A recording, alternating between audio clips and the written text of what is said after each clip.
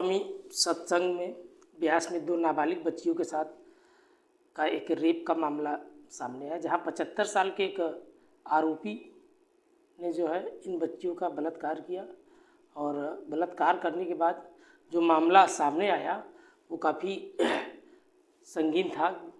दरअसल ये बच्चियां जो है अक्सर करके उस सत्संग के बगल में इनका घर था, तो अक्सर करके दोनों बच्चियां वहाँ खेलने जाया करती थी। और खेलते खेलते जो है लगभग ये जो हरकत हुई लगभग 7 और 8 महीने के बीच में हुई, और जो हुआ वो उसके बाद काफ़ी हैरान देने वाली ये घटना सामने आई। क्योंकि ये जो घटना हुई थी ये वास्तव में सोचने पे लोगों को मजबूर कर देती थी कि कोई भी ऐसा कर सकता है जिनका उम्र लगभग 75 साल था। आज आइए हम बात करते हैं इस कहानी के बारे में और जानने की कोशिश करते हैं कि आखिरकार ये घटना हुई कहाँ की और इसका कारण क्या था, ऐसे तमाम तरीक़ों से। तो आज हम शुरू कर रहे हैं। नमस्कार, आदाब, सत श्री अकाल। भदोही प्लस में आप सबका स्वागत है। मैं आपका दोस्त अमित कुमार।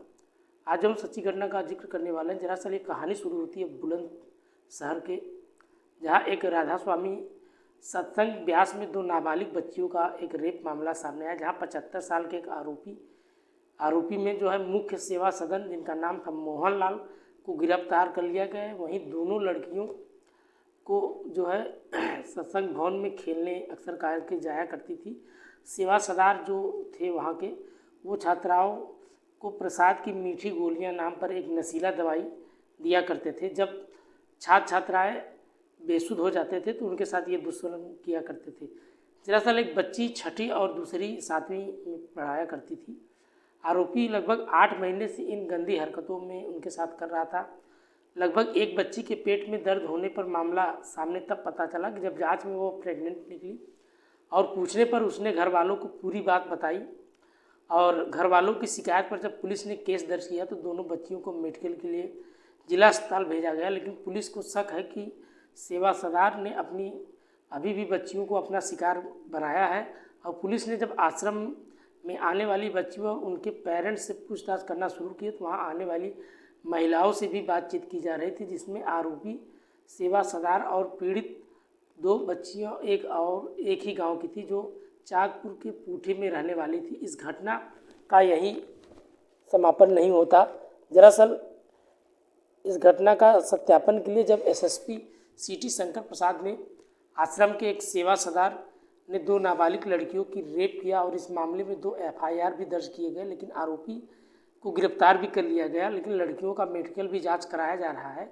वहीं दोनों बच्चियों की अलग अलग परिवारों को और गांव के अलग अलग स्कूलों में पढ़ती थी, लेकिन बच्चियों का घर आश्रम बिल्कुल के समीप हुआ करता था। और घर वालों का आरोप है कि सेवा सदार करीब 8 महीने से दोनों बच्चियों को मीठी गोलियां के नाम पर नशीली दवाइयाँ दे रहा था और फिर उनके साथ रेप जैसे मामलों को कर रहा था। दरअसल एक छात्र ने परिवार वालों ने बताया कि बेटी के पेट में अचानक दर्द का होने शुरू हो गया, और उसको जब काफ़ी दिन से लगातार दर्द होता रहा तो लगभग 2 महीने से, तो घर वालों को समझ नहीं आया। तो घर वाले ने तुरंत उस बच्ची का अल्ट्रासाउंड कराया। अल्ट्रासाउंड में जो सामने आया वास्तव में काफ़ी चौंका देने। दरअसल जब अल्ट्रासाउंड में जब सामने आया पता चली कि 4 महीने की एक लड़की प्रेग्नेंट निकली, और छात्राओं परिजनों ने कि इस मामले में जानकारी ली और दोनों छात्राओं के परिजन कोतवाली पहुंच जाते हैं। वहीं आरोपी सेवा सदार के खिलाफ नामजद शिकायत भी की जाती, लेकिन बच्ची के घर वालों ने बताया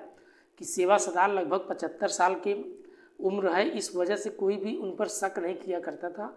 और गांव में कई परिवार के बच्चे अक्सर सत्संग भवन में खेलना जाया करते थे। सत्संग के दौरान महिलाएं भी वहां जाया करती थी, लेकिन वहां सेवा सदार के व्यवहार से कभी भी ऐसा नहीं लगा कि सत्संग भवन के अंदर रेप जैसी घिनौनी वारदात को अंजाम दिया जाता है। पीड़िता के भाई ने दोस्त शिकायत में बताया कि मेरी बहन, जिसकी उम्र लगभग 13 साल थी, वो कक्षा 6ठी क्लास में पढ़ा करती थी। वो भी इंडियन पब्लिक स्कूल में पढ़ा करती। साथ कुछ समय पहले एक गंभीर भी घटना घटी हुई थी।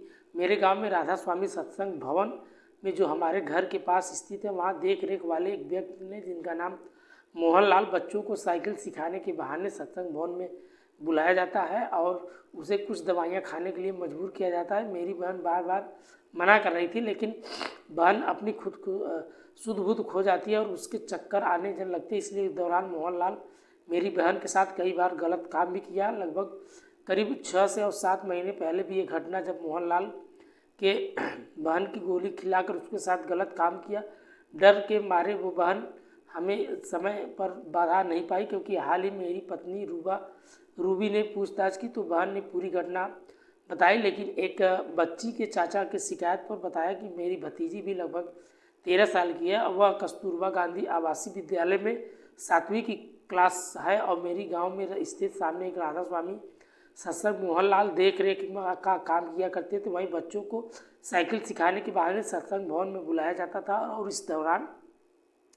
इस दौरान जो है उनके मेरी भतीजी साइकिल सिखाया जाता था और सेवा सदार भतीजों को कई बार खाने में कई चीज़ मिलाकर देते थे और जिनमें कुछ मिला देते जिससे वह बेहोश हो जाती है और कुछ मोहन लाल जो है उनके साथ गलत काम किया करते। करीब 4 से 5 महीने पहले भी बात इस मोहनलाल ने बच्चों को गोली खिलाकर उनके साथ कई गलत काम की भी किया। डर और धमकी के कारण बच्ची ने यह बात हमें बताई नहीं और हाल ही में बच्ची के पेट में दर्द बढ़ने पर तो पूछने पर पता चला कि हमें पूरी घटना बताई और इस घटना में हम तुरंत डॉक्टर के पास गए। डॉक्टर ने बताया कि वह बच्ची करीब 4 महीना से प्रेग्नेंट थी और जेल जाने से पहले मोहनलाल ने जो है हमारे चैनल भदोही प्लस के माध्यम से अपना जो है जुर्म भी कबूल किया और उसने बताया कि दोनों लड़कियों ने करीब 6 से 7 महीने से आश्रम में आना शुरू किए थे। मेरी साइकिल मांग कर ले जाती थी ताकि चला नहीं सके और जब वे साइकिल वापस करने आती थी मैं उनको चाय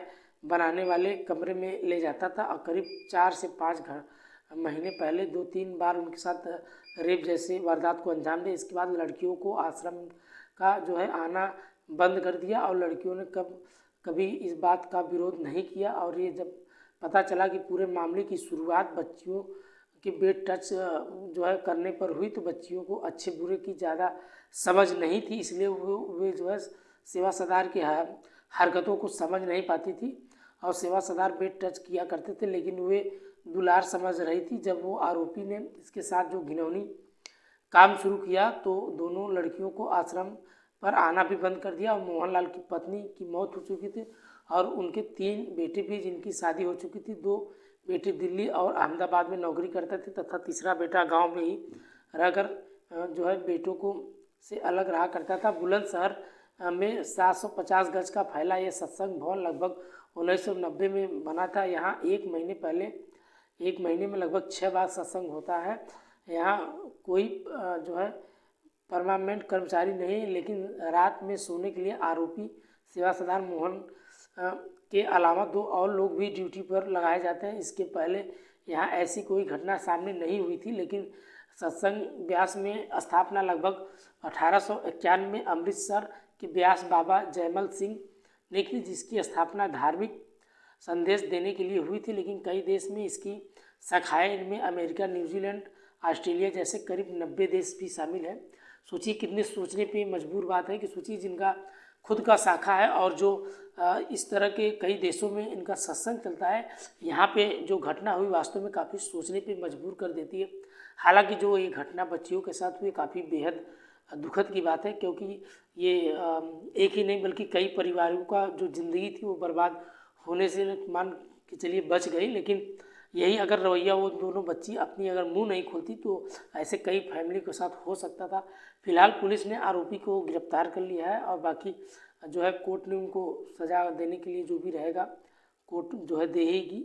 लेकिन दोस्तों इस कहानी के माध्यम से किसी के दिल दुखाना नहीं था, बस आपके साथ शेयर करना था। दोस्तों अगर कहानी आपको अच्छी लगी हो तो प्लीज़ कमेंट में अपनी राय ज़रूर बताइएगा और अगर चैनल पे आप नए हो तो प्लीज़ चैनल को सब्सक्राइब कर लीजिए। मिलते हैं नेक्स्ट वीडियो में। आज के लिए इतना, तब तक के लिए बाय बाय, गुड नाइट, जय हिंद दोस्तों।